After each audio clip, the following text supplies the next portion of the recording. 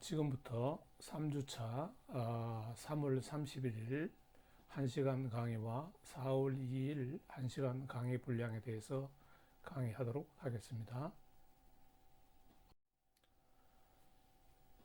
이번 강의에서는 블록체인 기술이 현재 보안 기술의 최고점에 도달해 있는 기술이지만은 어떤 문제점을 안고 있는지 상당히 좀 고급 토픽에 대해서 다뤄보도록 그렇게 하겠습니다. 먼저 51% 공격에 대해서 이야기를 하고, 그 다음에 거래소 공격의 어떤 형태, 그 다음에 현재 채굴로드가 그 블록체인 플랫폼이 유지가 되려고 하면은 일단 블록을 생성을 해줘야 되는데, 그 블록 생성은 채굴로드의 역할입니다. 그런데 그 채굴로드가 기여를 해야 되는데, 블록체인 네트워크에서 기여를 해야 되는데, 그렇게 하려고 하면은 채굴로드에게 뭔가 보상금이 주어져야 됩니다. 주어져야 되는데, 그 채굴로드에게 주어지는 보상이 지금 여의치가 않습니다. 그래서 그 문제점을 한번 살펴보도록 하겠습니다. 즉, 채굴로드를 통해서 현재 얻을 수 있는 투자대 효과, 내가 어떤 사업자가 채굴로드를 운영하겠다고 했을 때 경제성에 대해서 한번 살펴보도록 그렇게 하겠고요. 그래서 왜 현재 그 채굴로드의 경제성이 없는지 그걸 한번 살펴보도록 하겠습니다. 그 다음에 왜 그러면 과거에는 비트코인이 그렇게 많이 발행이 될 수 있고, 또 그렇게 그 시장에 비트코인이 많이 나오게 됐는가? 그때는 비트코인 채굴의 어떤 경제성, 내가 비트코인 채굴 컴퓨터를 가지고 전기를 사용하면서 투자를 해도 그만큼 보상이 주어졌기 때문에 2017년 이전에는 문제가 없었습니다. 그런 점을 한번 분석을 해보도록 하고, 그 다음에 지금은 그러면은 채굴로 받는 보상금이 작기 때문에, 또 전기료가 많이 들어가기 때문에 사실은 그 비트코인을 처음에 설계를 할 때는 어느 정도 시간이 되면은 그 블록에 태워주는 그 거래자들한테서 수수료를 받아서, 그 채굴로드가 그 수수료를 받아서 그 운영을 하는 그러한 모델로 예상을 했었는데, 지금 수수료를 거의 못 받고 있습니다. 그 점에 대해서 한번 살펴보고, 그렇지만은 거래소는 지금도 돈을 많이 벌고 있습니다. 그래서 이 블록체인을 유지하는 데 필수적인 채굴로드는 경제성이 없어가지고 문을 닫아야 될 판이고, 그거를 투기를 하는 거래소는 거래 수수료를 받아가지고 지금 엄청난 돈을 벌고 있고, 너무 모순이죠. 이와 같은 일이 벌어지고 있는 그 사실을 한번 살펴보도록 하겠습니다. 그래서 이 거래소가 하는 것은 오프체인인데요. 오프체인 때문에 일어나는 김치 프리미엄이라고 해서 그 지역마다 그 비트코인 가격이 다를 수가 있습니다. 그 오프체인 때문에 그런데요. 그 문제를 한번 보도록 하고, 그 다음에 지금 사회적으로 거래소에 지금 문제가 많습니다. 아직까지 그렇게 법적으로 규제를 받지도 않고 있고, 또 그 사회적으로 그 범죄자들, 이번에도 나왔지만은 그 텔레그램 방에서 어떤 방을 만들어 놓고 어떤 성적 그런 범죄를 저지르는 그런 사람들이 결국은 주고받고 하는 게 이제 그 암호화폐를 주고받으면서 그 문제가 되는데요. 그러니까 왜 그런 거래소가 무엇이고 오프체인 거래를 어떻게 해서 문제가 되는지 그게 대해서 어, 이 부록으로 처리를 해뒀습니다. 그래서 이 부분은 강의에는 포함되지 않을 예정이지만은 관심 있는 학생은 이 암호화폐 거래소의 이 내용에 대해서 한번 읽어보기 바랍니다. 그러면 51% 공격에 대해서 한번 보도록 합시다. 그림은 블록체인이 확장해 나가는 그런 것을 보여주고 있고, 예를 들어서 100번째 블록이 만들어졌죠. 그 다음에 또 이렇게 그 이후에 한 10분 동안 거래된 거래 내역을 모아가지고 그 블록을 채굴 노드들이 경쟁적으로 블록을 생성을 시도를 합니다. 그런데 그 다음 블록을 경쟁적으로 마이닝 작업을 했는데 이게 지금 전 세계적으로 블록체인이 동일하기 때문에 예를 들어서 시간적으로 공교롭게도 영국에 있는 어떤 마이닝 노드가 다음 블록을 하나를 만들었고 중국에 있는 마이닝 노드가 블록을 101번째 블록을 A라고 그게 표현되어 있는데요. 거의 동시에 만들었다고 합시다. 그러면은 블록이 101번째 블록이 두 개가 만들어지겠죠. 만약에 거의 동시에 약간 시간 차이가 나면은 이런 일은 벌어지지 않는데 이게 전 세계적인 거기 때문에 거의 동시에 만들어지면은 이처럼 생깁니다. 그러면은 이게 누가 위닝 하느냐, 어느 블록이 위닝 하느냐 하면은 그 다음 블록을 만드는 사람이 101로 되어 있는 블록에 체인을 걸지 또는 101A 중국에서 만든 블록에 체인을 걸지에 따라서 결정이 됩니다. 근데 만약에 한국에서 또 그 다음 거를 이제 거래 내역들을 묶어 가지고 블록을 만들었는데 102번째 블록을 만들었는데 한국이 위에 101번째 101 블록 위에 거 영국에서 만든 블록을 체인을 걸었다고 합시다. 그러면은 그 다음에는 이제 또 일본에서 그 다음 블록을 만들었는데 한국에서 만든 102번째 블록에 체인을 걸었다고 합시다. 그러면 어떻게 되겠어요?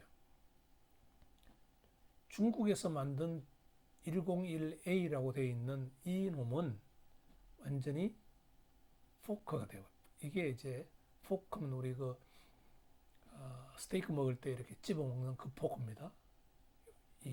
이게 발이 이렇게 갈라져 버리죠. 우리 자동차를 타고 가다가 고속도로에서 빠져나가는 그거를 포크라고 합니다. 일명 포크. 외국에 가면은 그게 포크라고 적혀 있어요. 사람들이 왜 고속도로에 스테이크 먹는 포크라는 단어가 써져 있느냐 이렇게 이제 생각하는 사람들이 있는데 이걸 포크라고 합니다. 그래서 그렇게 되면은 이 중국의 에서 이 블록을 만들 때 101A 블록을 만들 때 이 안에 거래 내역에 태웠던 모든 거래들은 이게 무효가 된다는 거죠. 자, 이런 경우는 이제 빨리 그 다음 블록 그 다음 블록을 만들어 가지고 요걸 다시 태워줘야 되는데, 이런 경우는 별 문제가 없겠지만은, 만약에 103번째 블록에서 104번째 블록이 만들어지고 105번째 블록이 만들어 106번째 블록이 만들어졌는데, 어떻게 이게 패러렐하게 갔다고 합시다. 패러렐하게 가다가, 그래서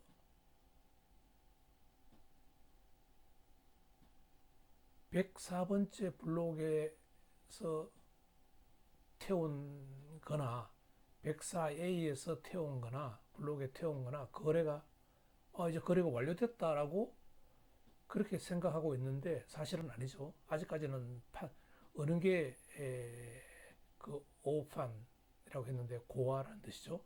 어느 게 고화가 될지 아직 모르는 거죠. 그래서 106에 가서 107번째가 위로 붙어 버렸어요. 그렇게 블록체인이 확장되어 나가면은 104A, 105A, 106A 이 블록은, 이 포크에서 빠져나온 것은, 이거는 전체가 고화 처리가 되어 버립니다. 왜 그러냐면은 롱고 체인이 위닝하는, 그러니까 체인이 긴 쪽으로 항상 따라가기 때문에 이게 고화 처리가 됩니다. 그러면은 104A, 105A, 106A 안에 포함되어 있던 모든 거래들은 거래가 다 무효 처리가 됩니다. 무효 처리. 그래서 이거를 살리는 방법은 여기에 들어있던 거래들을 다시 확인해 가지고 108번째 블록을 만들려고 시도를 해야 되는 거죠. 다시. 그래서 108번째 블록에 이게 다시 거기에 태워져야지만이 그때서 이 거래들이 성립이 되는 겁니다. 그래서 이제 문제는 세상에 있는 그 마이닝 노드가 정상적인 마이닝 노드라면은 이런 오판 고화 블록이 3개가 연속으로 나오고 이런 경우는 잘 벌어지지 않습니다. 왜 그러냐면은 이 포크가 딱 생기는 지점은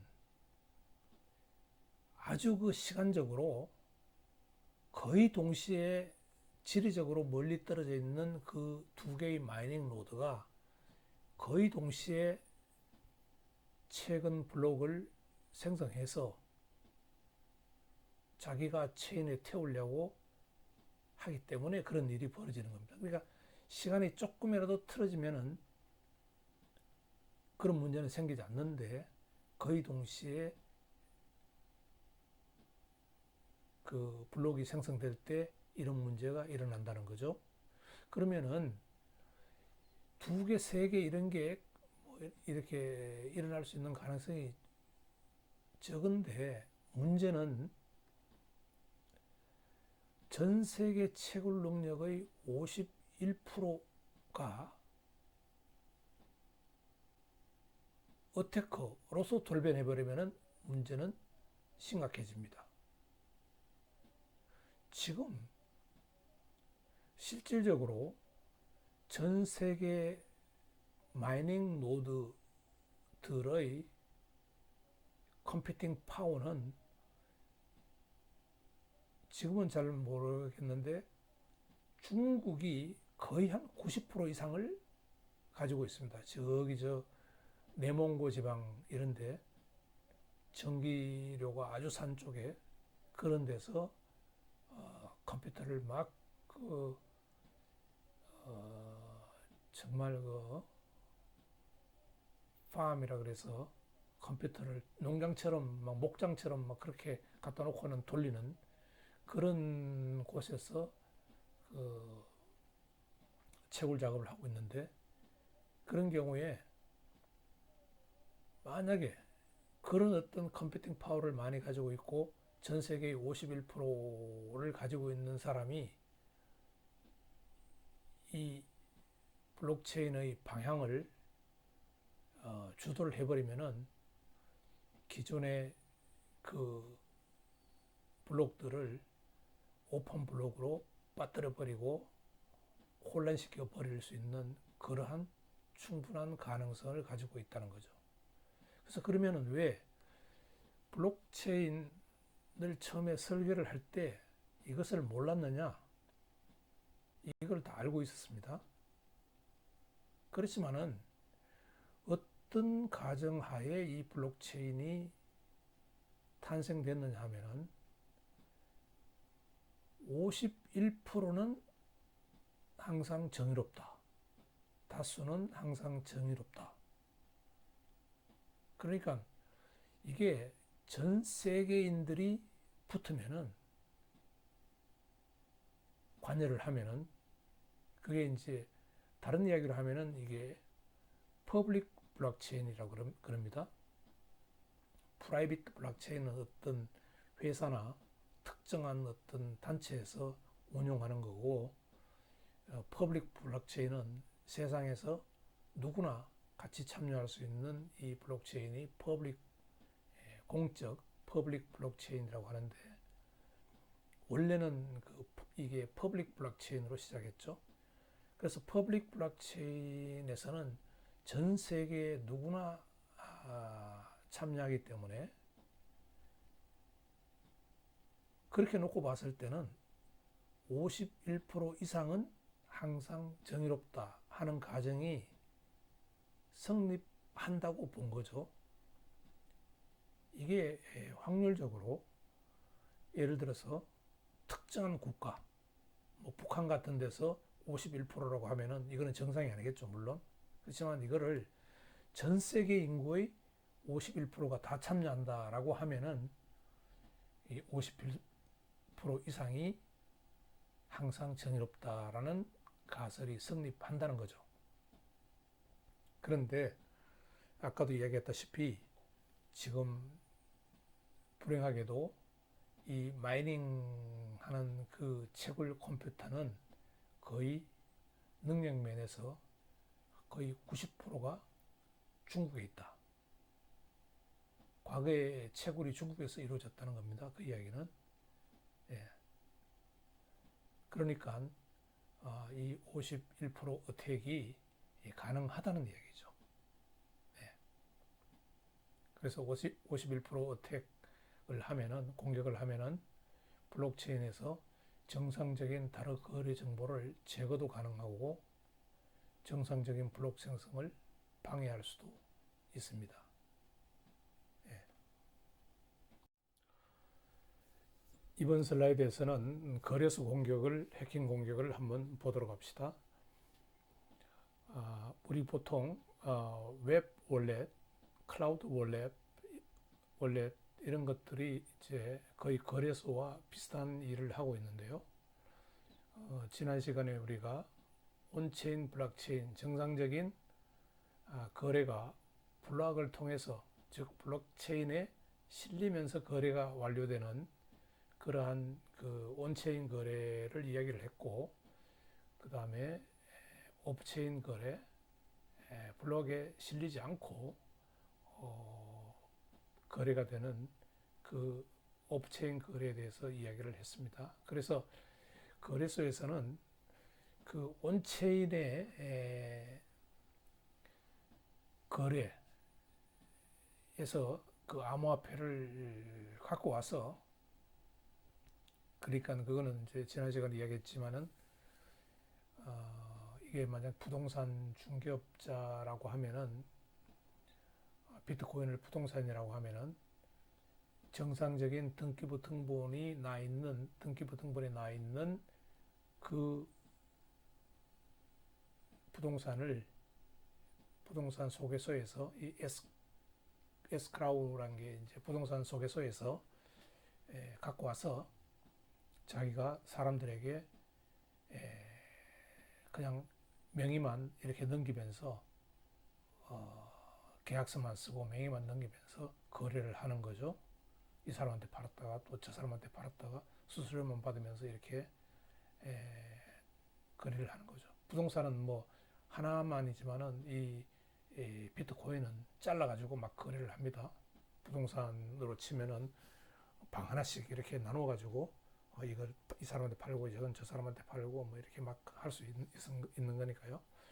그렇게 거래를 하는 것이 이게 옵체인 거래라고 그랬죠. 그래서 그 거래 장부가 이 거래소에서는 블록체인에 있지 않고 거래소 자체를 보관합니다. 그 말은 뭐냐면은 이 거래소에서 비밀키를 대신 관리하는데 이 비밀키가 이제 상당히 위험하다는 거죠. 거래소가 그 고객들의 비밀키를 맡아서 관리해서 위험합니다. 그래서 그 하나 내가 이게 인터넷에서 찾은 자료인데요. 유빗이 그 파산을 했는데 2014년도에 비트코인 등 그 가상화폐를 거래를 하다가 폭한 소행으로 2017년도에 55억 원 가까이가 탈취를 당했다고 그래요. 그래서 이 회사 이름도 바꾸고 또 그 뭐 조금씩 어떻게 보상은 해줬는지 그건 모르겠는데 12월 19일 날 4시에 다시 해킹이 또 발생이 되어가지고 그 파산을 신청을 하고 그 고객 잔고의 75%만 지급하는 걸로 그렇게 뭐 했다고 해요. 그러니까 이게 그 보안이라는 게 상당히 어디서 어떻게 뚫릴지가 모릅니다. 그러니까 그 비밀키를 거래소가 관리를 하지만은 해커가 뚫을 수도 있고 또 내부자 소행일 수도 있고 또 거래소 그 책임자가 다른 마음을 먹을 수도 있고 그런 위험은 상당히 위험이 도사리고 있는 거죠. 그래서 그 상당히 위험합니다. 그래서 또 이런 점 때문에 지금 그 요새 뉴스에 나오고 있는 그 텔레그램 방의 성범죄자들이 이 비트코인을 거래를 한 거를 알고 정부에서 그 조사를 할 때 딴 데 갈 필요가 없는 거죠. 그냥 거래소에 가서 거래소에 있는 모든 장부 압수수색 하면은 그 거래 내역이 다 나옵니다. 그러니까 그 이 거래소는 그러니까 원래는 개인의 지갑을 가지고 거래를 하면은 나올 수가 없는 거죠. 조사를 해도 뭐 아무런 나올 수가 없습니다. 왜 그러냐 하면은 비밀키로 이루어지는 거기 때문에 만약에 내가 비밀키를 가지고 돈을 다 그쪽 비밀키에 관련되는 계좌번호로 돈을 넘기고 내 개인적으로 넘기고 그 비밀키를 정말 어디 산속에 어디 그 바위 밑에다가 USB 메모리를 갖다 놨다. 그러면은 검사 아니라 뭐 검사 할아버지라도 이거는 못 찾는 거죠. 거래 내역을. 그런데 이제 개인이 그렇게 하지 않고 이 거래소를 이용하기 때문에 거래소에서는 또 자기들이 그 고객을 확실히 확인하고 개설을 해줘야 되니까 그죠? 그러니까 거래소에서는 거래하는 비밀키에 대한 그 고객 정보를 확실하게 가지고 있는 거죠. 그러니까 그 문제가 생겼을 때 정부에서는 이제 뭐 경찰이나 검사들이 거래소만 뒤지면은 모든 게 다 나오게 그렇게 되어 있습니다. 그러니까 이거 거래소 업체인 그 개념은 원래 목적의 그 블록체인 기술은 익명성 거래, 국제 간의 보드리스, 국경 없는 익명성 거래로 해가지고 누구도 관여할 수 없고 누구도 감시할 수 없는 그런 거래가 이, 이 블록체인 암호화폐 거래의 특징이었는데 사실은 이 업체인 거래소가 하면서 그런 특징이 없는 거죠. 예.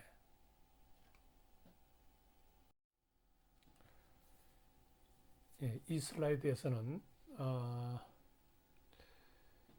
그 블록을 하나를 생성하는데 보상이 얼마나 주어지고 전기료는 얼마가 들어가는지 컴퓨팅 파워는 얼마나 투자해야 되는지에 대해서 한번 분석을 한번 해 보도록 합시다.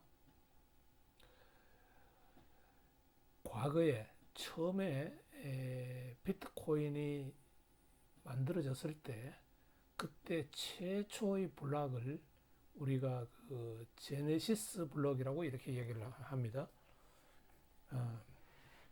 현대 자동차에서 나오는 차량 중에서 제네시스가 있죠. 그게 원조라는 뜻입니다. 원조. 그러니까 제일 첫 번째 블록을 우리가 제네시스 블록이라고 이렇게 얘기를 합니다. 그 당시에 초기에 블록 하나를 만들면은 보상금을 얼마를 줬느냐 하면은 50비트코인을 줬습니다. 50비트코인. 이게 10분마다 블록이 하나씩 이제 만들어져서 이 블록체인이 확장이 되어 왔는데요. 4년마다 반이 줄어듭니다. 그러니까 4년 후에는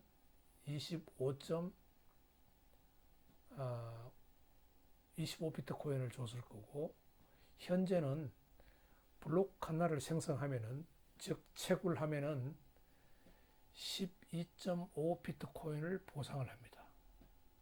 그러니까 이 기준이 지금 하나당 블록 하나당 마이닝 하면은 12.5비트코인을 보상을 한다.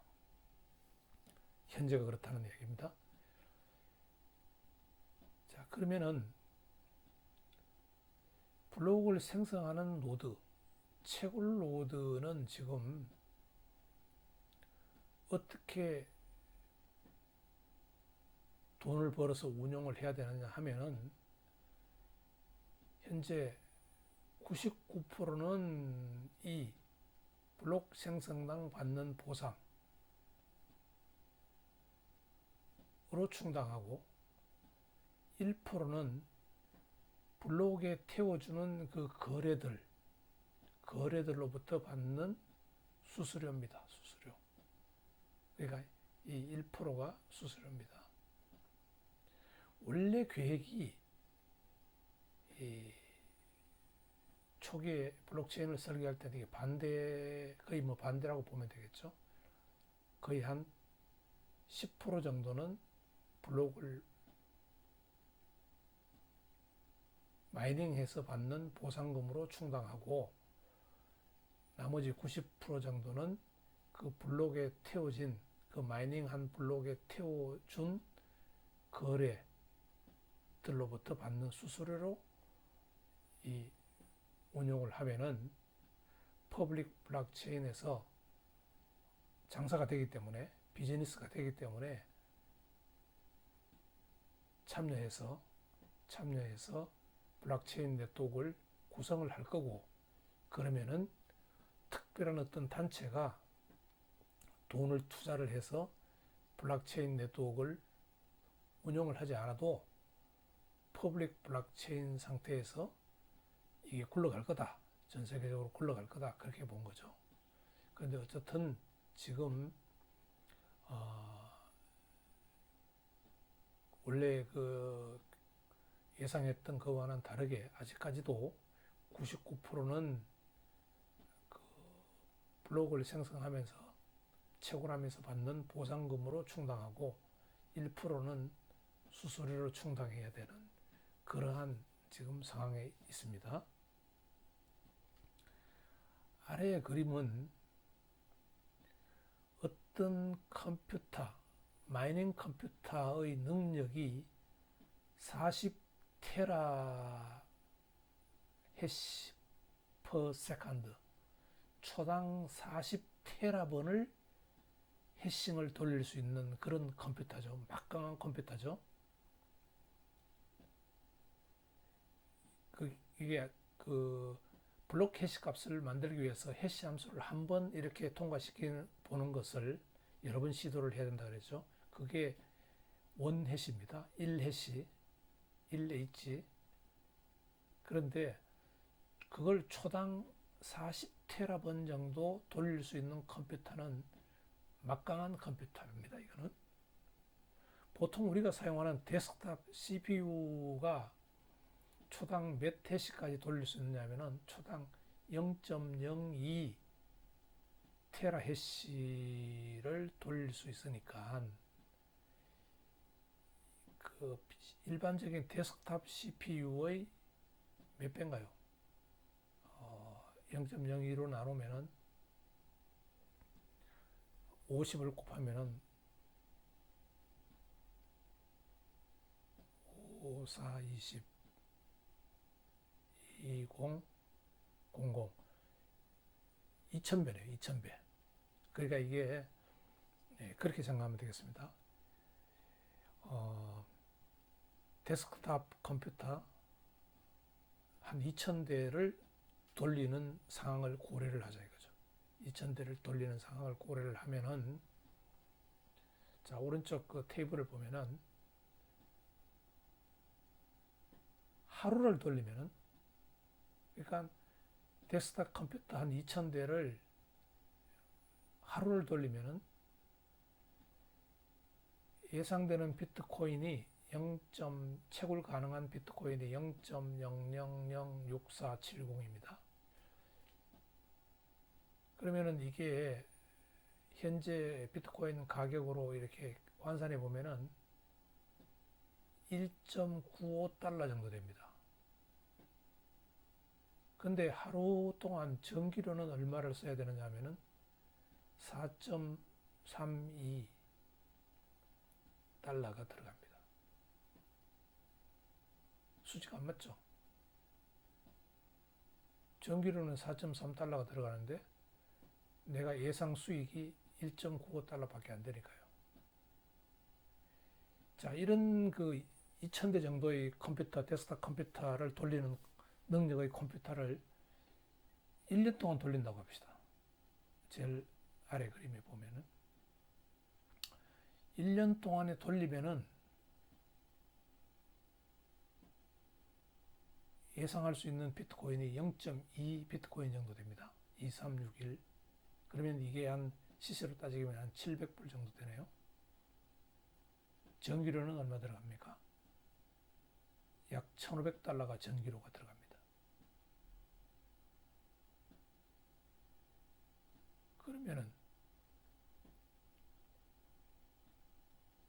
그러면 누가 마이닝 노드 하려 그러겠습니까? 전기료가 안 빠지는데. 그렇다고 해서 블록 탑재 줬다고 해가지고 거래 수수료가 있느냐? 거의 없습니다, 지금. 거래 수수료 받을 데가 없어요. 그래서 문제라는 겁니다. 이 슬라이드에서 좀 더 이제 그 누가 비트코인이 이제 채굴 하면 돈을 번다고 하니까 컴퓨터, 데스크탑 컴퓨터 한 대 갖다 놓고 계속 돌리는 사람이 정신 나간 사람이 있다고 합시다. 그 사람, 예. 만약 그런 사람이 있는 경우에 얼마나 그게 스토피드한 건지 한번 계산을 해보자는 거죠. 자, CPU 파워가 얼마입니까? 0.02 테라헤시 퍼 세컨드입니다. 예, 그림을 거기 잘 보여주고 있네요. 자, 그 블록 헤더 값에서 난스 이전 프리비어스 해시 그다음에 머클 해시를 포함하는 이런 헤더 값을 헤더를 해시 함수를 한번 통과시켜서 목표로 하는 작은 해시 값이 안 나오면은 또 다시 한 번 더 난스 값을 1을 증가시켜서 한 번 더 해보는 이 그 시도하는 한 번 시도하는 것을 우리가 1해시라고 1H라고 그렇게 이야기를 한다 그랬죠. 그런데 이제 이 계산을 데스크탑 컴퓨터는 초당 0.02 테라해시 정도를 의 능력이 있는 겁니다. 그래서 내가 데스크탑 PC로 한 달 동안 채굴 한다고 한번 가정을 해봅시다. 그러면은 이거에 그 아래 오른쪽 표에 근거해서 40 테라 해시 퍼 세컨드의 컴퓨터인 경우 표니까 거기에 비례해서 한번 계산을 해보면은 한 달 동안에 내가 예상할 수 있는 수익은 약 0.00001 비트코인입니다. 컴퓨터 하나로 한 달 동안 돌렸을 때. 컴퓨터 하나로 한 달 동안 돌렸을 때 예상 이익은 100원입니다. 100원. 100원. 한 달 동안 돌렸을 때 예상 이익이 100원입니다. 100원. 근데 여러분들 PC 한 달 동안 돌렸을 때 전기료는 뭐 여러분들 상상에 맡기겠습니다. 그거는 PC 한 달 동안 계속 돌렸을 때 전기료가 얼마나 오느냐 하는 것은 뭐 얼마인지 모르겠지만은 한 뭐 3,000원 정도는 나오겠죠. 정확하지는 않지만은. 근데 채굴할 비트코인의 예상 수익은 100원입니다. 100원. PC 한 대로 한 달 돌리면은 100원 수익을 예상할 수 있다. 끔찍하죠.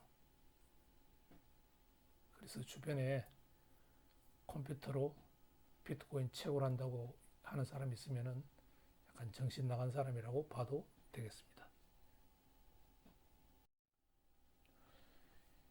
이러한 그 경제성 문제는 블록체인 기술이 4차 산업의 어떤 기술이 될 거다 이렇게 예상을 하고 사람들이 기대를 많이 걸고 있지만은 정말 기술 발달에 치명적인 그런 약점으로 작용하고 있기도 합니다. 다시 한번 그 개인 컴퓨터로 한 달 동안 채굴한다고 가정했을 때 예상되는 이득은 한 달에 100원 정도 수익이 예상된다 그랬죠. 컴퓨터 한 달 사용 전기료가 3,000원이에요. 한 달 동안 가정에서 사용할 때 100원 대 3,000원.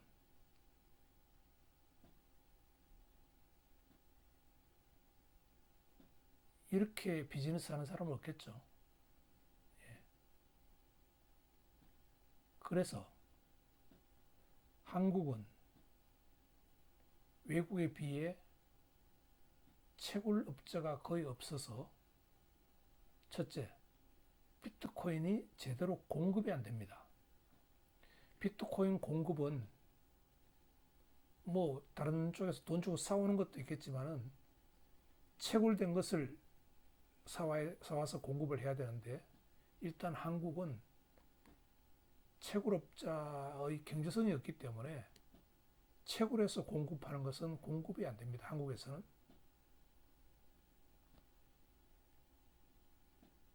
이유야 위에서 이야기한 대로 채굴 해봤자 전기세에 훨씬 못 미치기 때문에 채굴을 할 수가 없는 거죠. 공급이 안 돼요. 암호화폐 공급이 안 됩니다.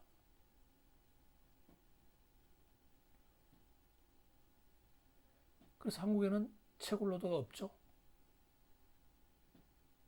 채굴 노드가 없다는 이야기는 뭡니까? 한국은 블록체인의 블록을 확장하는 주체가 없다는 이야기입니다. 블록체인 네트워크가 되려면 누군가가 블록을 만들어 줘야 되는데 그 블록을 만드는 사람이 채굴업자인데 그 채굴업자가 경제성이 없어서 아무도 안 한다는 겁니다. 그러면 한국은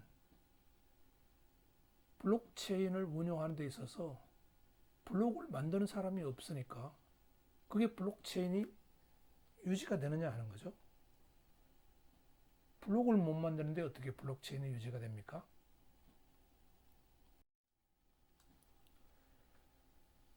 그런데 2017년 이전에는 채굴의 경제성이 아주 좋았습니다.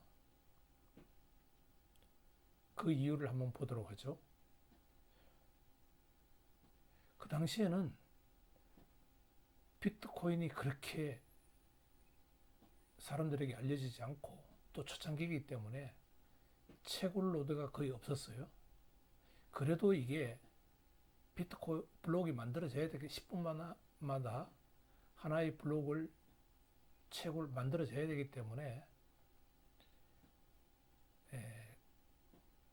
프로그램이 어떻게 되어 있냐면은 그때는 채굴의 난이도를 매우 낮추었어요. 채굴이 아주 쉬웠다는 거죠. 채굴 난이도를 어떻게 낮추느냐 하면은 거기 이제 채굴 과정을 왼쪽 그림을 보면은 한번 해시 함수를 하고 통과시키고 블록 해시를 만들어 통과시키고 해시 목표값보다 작으면은 작은 거를 물어보고 더 큰 값이 나오면은 뱅글뱅글 돌죠. 또 해싱하고 이렇게. 근데 만약에 해시 목표값이 조금 크게 잡으면 어떻게 될까요? 크게 잡으면은 yes로 밑으로 빠질 가능성이 높아지죠. 예. 덜 뱅글뱅글 돌고 yes로 빠져서 블록 해시 값을 확정할 가능성이 시간이 빨라질 가능성이 높아지죠. 예.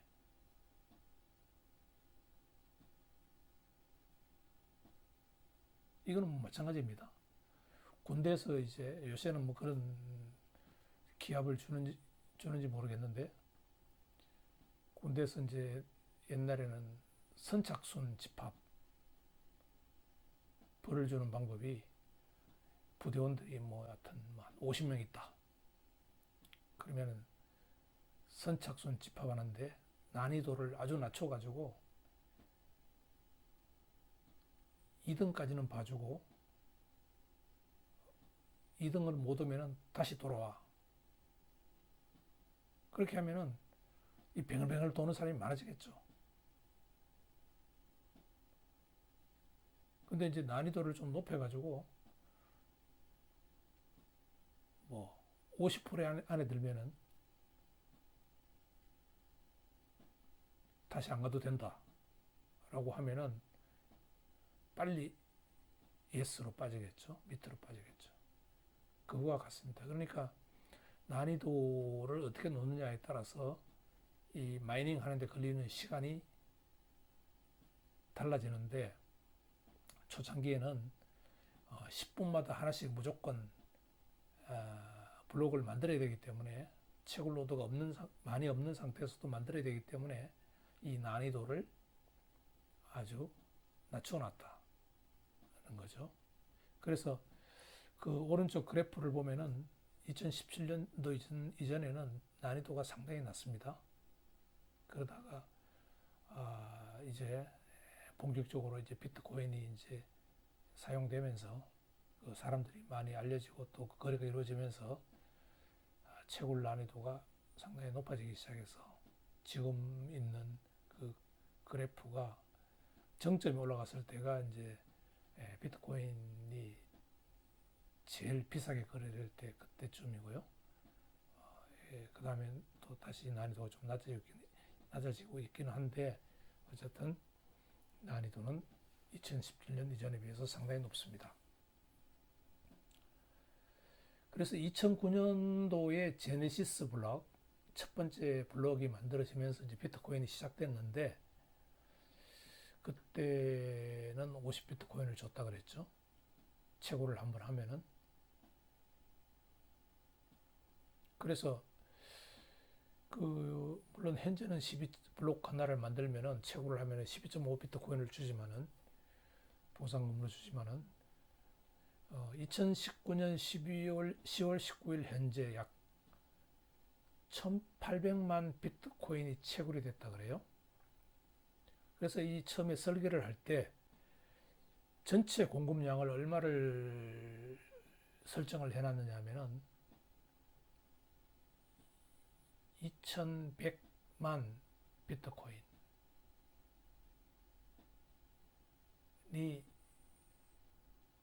앞으로 채굴할 양이 남아있고, 앞으로, 전체가 지금 2100만 비트코인이기 때문에 앞으로 더 채굴될 수 있는 양은 300만 비트코인밖에 남아있지 않습니다. 지금 300만 비트코인밖에 남아있지 않아요. 지금 프로그램이 그렇게 되어 있습니다. 참고로 이러한 그 룰을 바꾸려면은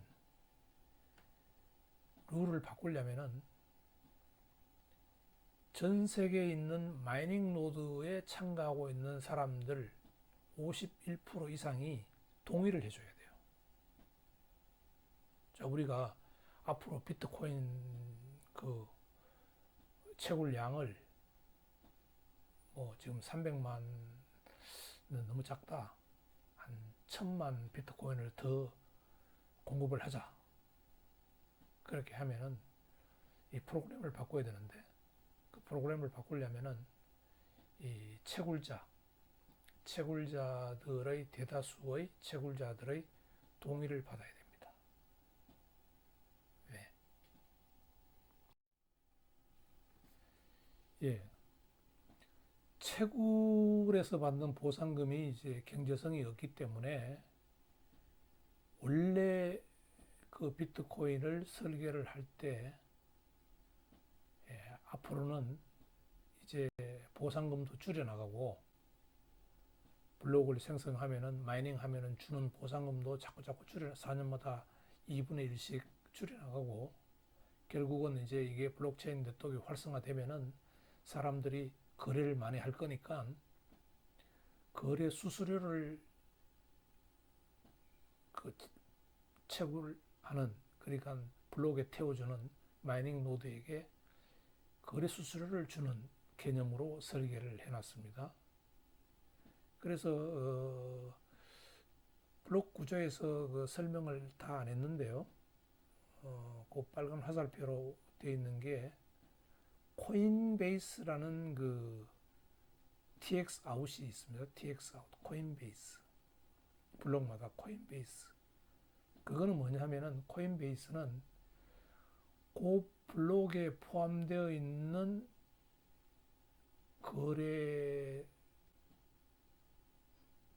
거래들이 자기가 거래하면서 일정 부분을 수수료로 내게 돼 있어요. 수수료로. 그 수수료가 모아져 가지고 이 코인베이스로 들어갑니다. 코인베이스로. 그러니까 이 코인베이스의 TX 아웃은 누구의 주소냐 하면은 채굴 노드, 이 블록을 지금 생성하는 채굴 노드의 주소가 되는 거죠. 그래서 그 채굴 노드에게 이 수수료가 모아져서 그쪽으로 넘어가게 되는 겁니다. 그런데 정상적으로 하더라도 지금 이 수수료는 10분당 블록 하나를 지금 비트코인은 만들 수가 없기 때문에 10분당 200개 거래밖에 수수료를 못 받아요. 정상적으로 하더라도. 그래서 이것도 지금 말이 많습니다. 너무 작다. 10분당 이 블록 사이즈를 키워가지고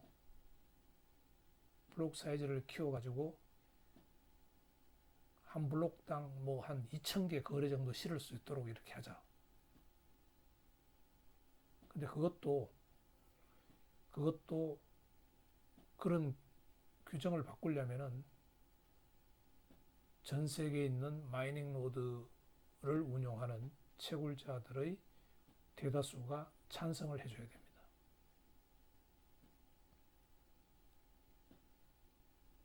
그 프로그램을 잘 바꿀 수가 없어요. 함부로. 근데 그까지는 좋은데 재밌는 현상은 이것도 내가 인터넷에서 찾은 자료인데 누가 한번 들여다봤더니 블록체인을 들여다봤더니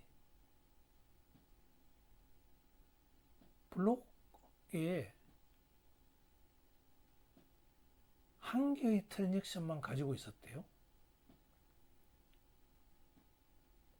어떤 거는 간혹 가다가 블록 하나에 2개 내지 3개의 트랜잭션을 태우고 있더라는 거예요. 이게 무슨 말입니까?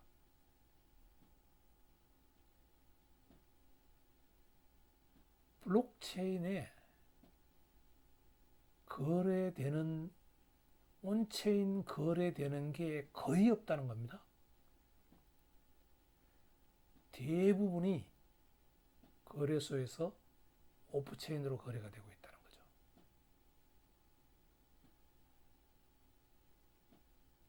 그러니까 더더욱 채굴로드는 거래 수수료를 받아가지고 운영하는 것은 지금 형편으로는 상상도 할 수 없는 일입니다. 왜 온체인 거래가 안 되니까.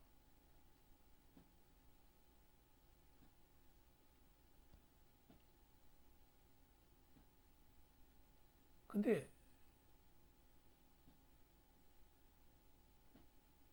과거에 수지가 맞을 때 채굴을 해서 블록을 생성해서 수지가 맞을 때는 블록 마이닝을 하나 해서 생성을 해서 받는 보상금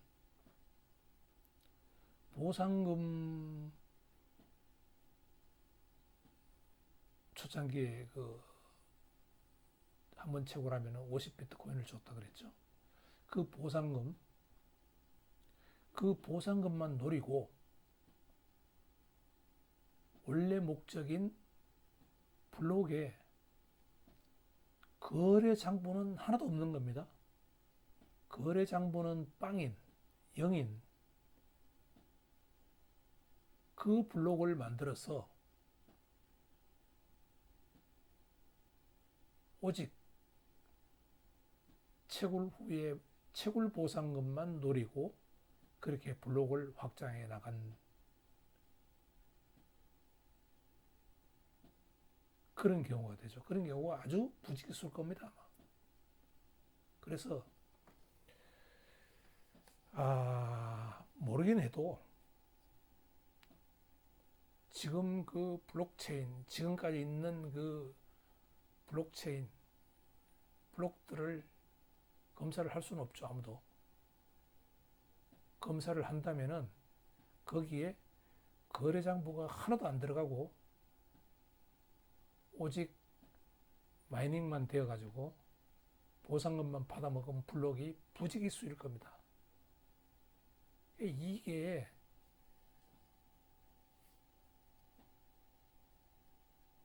블록체인 기술하고 블록체인이 투기의 수단으로 이용되는 거하고 이게 서로 윈윈하는, 서로 좋아지는 그런 관계가 안 되어 오고 있는 거죠. 그러니까 이게 기술의 발달을, 오히려 거래소 거래가 기술의 발달을 저해하고 있다. 그렇게 봐도 되겠습니다.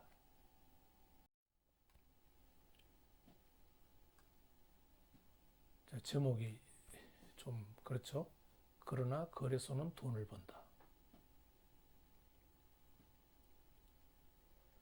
블록체인을 하는 핵심적인 역할을 하는 채굴로드가 지금 제대로 역할을 못 해주고 있고 경제성도 없어가지고 아무도 참여하지 않으려고 하는데, 거래소는 오프체인 거래로 자기들이 거래 장부를 만들어가지고 블록체인에 태우지 않고 거래소 자체에 보관하면서 고객들에게 사고 팔고 하면서 돈을 번다. 그 돈을 버는 방법도, 거래소는 암호화폐를 뽑아내가지고 블록체인에서 뽑아내서 그거를 쿠폰으로 팔아요. 쿠폰으로. 그러니까 거기에 이제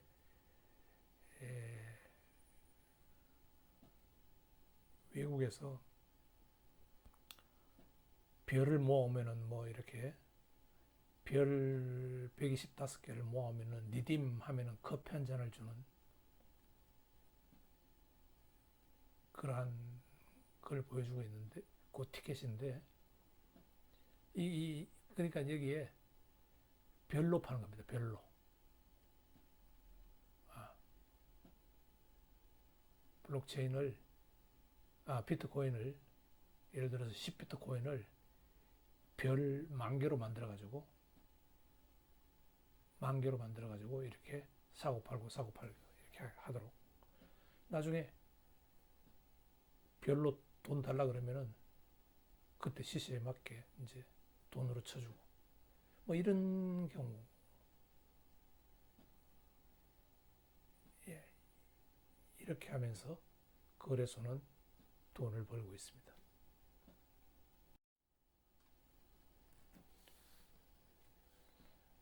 작년까지만 하더라도 한국의 그 비트코인 가격이 미국 비트코인 가격보다 훨씬 높았습니다. 이거가 이제 김치 프리미엄이라고 하는데, 그 오프 블록체인 거래에서 발생하는 그런 현상인데요.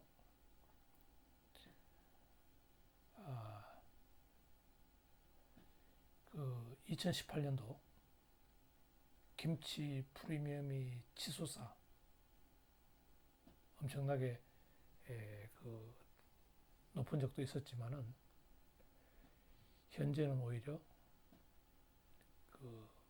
미국보다 더 한국의 비트코인 가격이 더 낮습니다. 마이너스 김치 프리미엄 상태죠. 근데 이게 온체인으로만 거래되면은 실물이 오가는 것도 아니고 비트코인으로 거래되는데, 국가 간의 가격 차이가 발생하는 것은 있을 수 없는 일이죠. 그렇지만은 가상화폐 시장은 오프체인 거래로 이루어지고 또 외국인을 막습니다. 또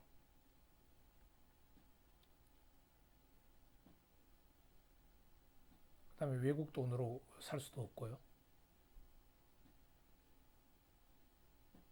외국 돈으로 바꿔주지도 않고요. 예, 이거 뭐 외화 유출 뭐 이런 것 때문에 못하게 되어 있습니다. 그러니까 외국과의 가격 차이가 생길 수밖에 없는 것입니다. 이전 슬라이드에서도 이야기를 했지만은, 블록체인 기술이 앞으로 4차 산업에서 유망하는 기술이고, 블록체인 기술이 발전하려면은 블록을 잘 만들어야지만이 되고, 그 운영이 잘 돼야 되고, 그러려면은 채굴로드가 그 중심 역할을 잘 해줘야 되고, 그러면 채굴로드를 누군가는 운영을 해야 되고, 누군가는 운영을 하려면은 수익이 맞아야 되고, 수익이 맞으려면은 지금은 이제 블록을 하나 만들 때 보상금으로 주는 그게 갈수록 자꾸 없어지고 있는 추세니까, 작아지고 있는 추세니까 거래 수수료를 받아야지만이 운영할 수가 있고, 거래 수수료는 사람들이 많이 온체인을 이용해야지만이 온체인으로 인한 블록에 태워주는 거래 수수료를 많이 받을 수 있고, 그래서 채굴로드가 수입이 있어서 유지가 되고, 그러면서 블록체인 산업이 발달하고 하는 그런 선순환적인 그런 과정에 들어갈 수가 있는데, 지금은 온체인 거래 수수료가 없고 온체인 거래가 거의 없고, 채굴 보상을 채굴했을 때 보상금도 작아지고 경제성도 없고, 오직 투기 자본이 오프체인에 몰려가지고 아까 예를 든 그런 성범죄자들, 그런 사람들이, 사회에 악을 끼치는 사람들이 자기 돈을 그냥 묶어두고 이렇게 거래하기 위한 수단으로 비트코인을 이용하고, 또 일확천금을 노려가지고 뭔가 돈을 벌려고 하고, 그런 오프체인 거래 중심으로 암호화폐가 운영되는 그런 세상이라는 거죠. 분명한 것은 이게 플랫폼이 중요한 거지, 디지털 골드, 투기로서의 골드, 디지털 골드가 중요한 게 아니다라는 거죠. 그래서 블록체인 플랫폼을 이용할 때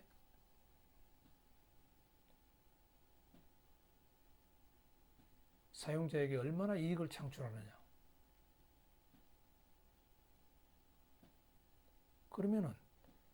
그러려면은 이게 온체인 거래를 하면서 국경 없는 금융 거래, 누구나 사용할 수 있는 공개된 금융망을 통한 거래, 보안이 거래되고 한번 거래되면 되돌릴 수 없어서 확실한 거래, 뭐 이런 장점이 살아나야 되는데, 이런 블록체인 플랫폼으로서 역할을 할 때만이 암호화폐가 디지털 골드로서의 자격을 갖추는 건데, 지금 블록체인 플랫폼의 생태계가 살아남을 수 없을 지경에 와 있고, 오직 오프체인 거래를 하는 거래소 수수료를 받는 거래소만이 그런 사회적 범죄, 투기꾼의 장소로 되어 있다는 것이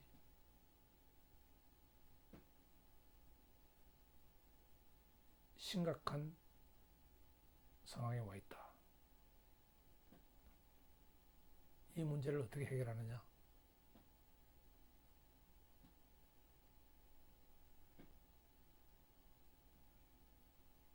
그러니까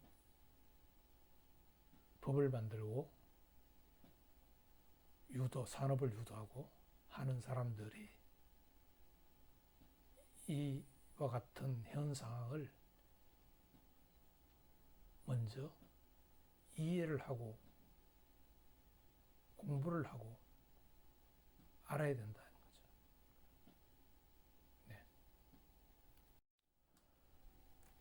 네. 3월 31일 1시간 분, 그 다음에 4월 2일인가요? 4월 2일 목요일 1시간 분 포함해서 오늘 2시간 분의 강의를 지금 마칩니다. 이번 강의를 통해서 여러분들은 51% 공격에 대해서 이해를 해야 되겠고요. 그 다음에 거래소 해킹 공격에 취약하다. 문제를 해결해야 되는 거죠. 공격에 취약하면 어떻게 이걸 개선해야 되느냐 하는 그런 문제를 해결할 수 있도록 실력을 갖춰야 될 거고, 그 다음에 지금 채굴 노드가 경제성이 없다.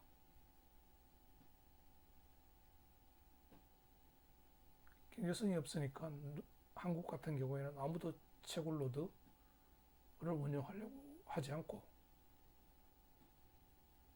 채굴 노드가 없으면 블록을 만들 수가 없고, 블록을 만들 수가 없으면 블록체인이 안 만들어지고, 예, 그런 이야기들을 했습니다. 그 다음에 과거에는 그렇지 않았다는 이야기를 했고요. 예, 그 해결 방법은 이제 채굴 노드가 거래 수수료를 받아야 되는데, 예, 그 거래 수수료도 지금 받을 수 없는 입장입니다.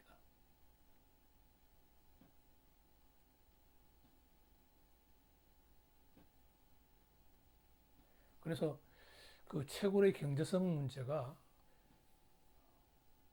블록체인 플랫폼을 책임지는 채굴 노드 역할을 아무도 하려고 하지 않는 이유가 되고, 수수료도 지금 없으니까, 온체인 거래가 없으니까 수수료가 없어요.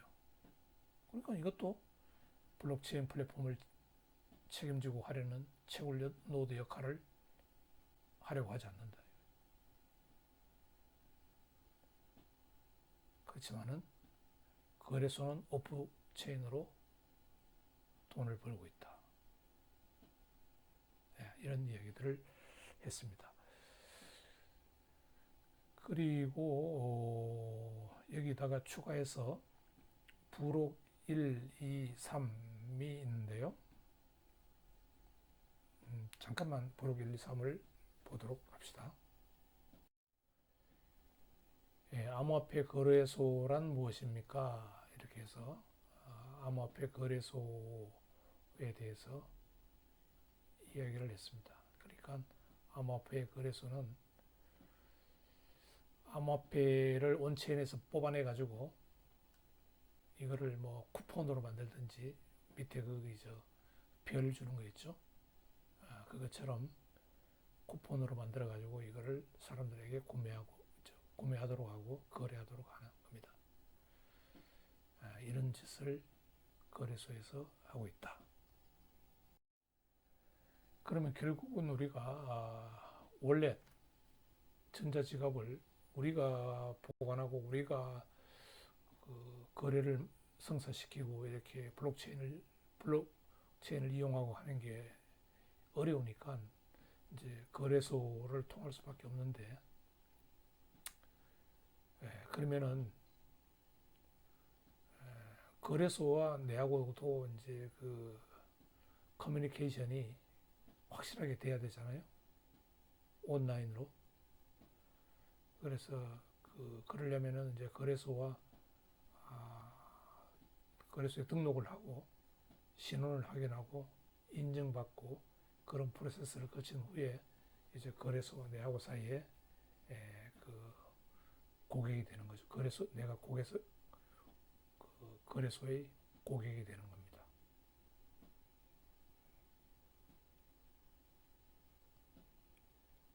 그래서 그 밑에 이야기 나오는데요. 비트코인 거래소와 비트코인 지갑을 혼동하지 마십시오. 거래소는 구매자와 판매자를 연결하는 온라인 마켓, 시장이죠. 그 시장. 지갑은 비트코인을 안전하게 하는 내 스토리지다.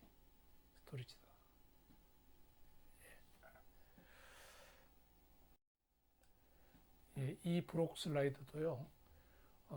오프체인 거래는 블록체인 외부에서 가치를 처리한다. 그 말은 뭐냐면은 그냥